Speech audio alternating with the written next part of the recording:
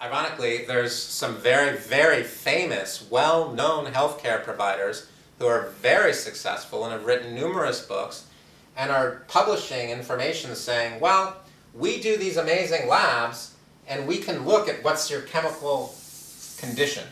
We can see if you're deficient in certain amino acids or certain vitamins and minerals and other food factors, and we can then treat you according to what we find on the lab. We can give you the appropriate nutrients that'll help you return to health.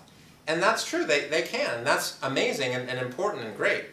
But the question is, if you do the proper structural therapy, and you provide the proper emotional therapy, and it affects somebody's chemistry, and you see the change on a lab, which we've done for over 45 years now, why would you give somebody the nutrients that they were deficient in before you did the therapy, when after the therapy they no longer need those nutrients? So at some point we'll demonstrate this later. If you listen on or go through more of the material here, you'll see how these therapies, these structural and emotional therapies, actually change the person's chemistry so that they may have needed a nutrient or some type of chemical intervention before the therapy, but no longer needed after these therapies are given.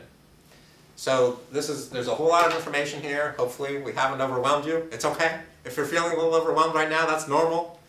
We still like you and we want you to continue to learn more about how these therapies can make a huge impact on your life. One of the best ways to do that would be to simply go onto the little spot on the website here, probably on the upper right or left-hand corner that says Health Tips Email Newsletter. You can put in your name and your email address, and you can sign up for our Health Tips Email Newsletter. And every, once or twice a month or more, we'll send you an email where you can learn about ways where you can find out more about these therapies. And the majority of the ways that you can learn about these therapies, we don't even charge a penny for. So it's a great, great, great opportunity for you. I mean, in my opinion, it's a great opportunity for you, considering how I've seen these therapies change people's lives forever. So thanks very much for coming to the triadofhealth.net, www.triadofhealth.net, and we will talk to you soon. Hi, my name is Dr. Ilya Skolnikov. Welcome to Triad of Health, www.triadofhealth.net, N-E-T. I'm a professional applied kinesiologist.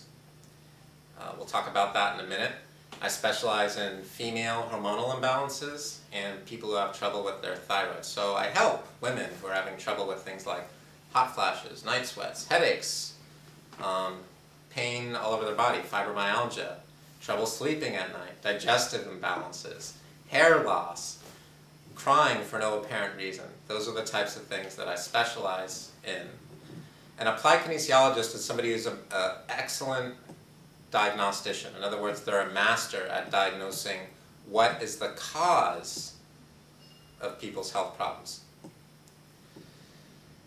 Hippocrates, the father of modern medicine, about 2,500 years ago said, the highest good is to find the cause of the health concern.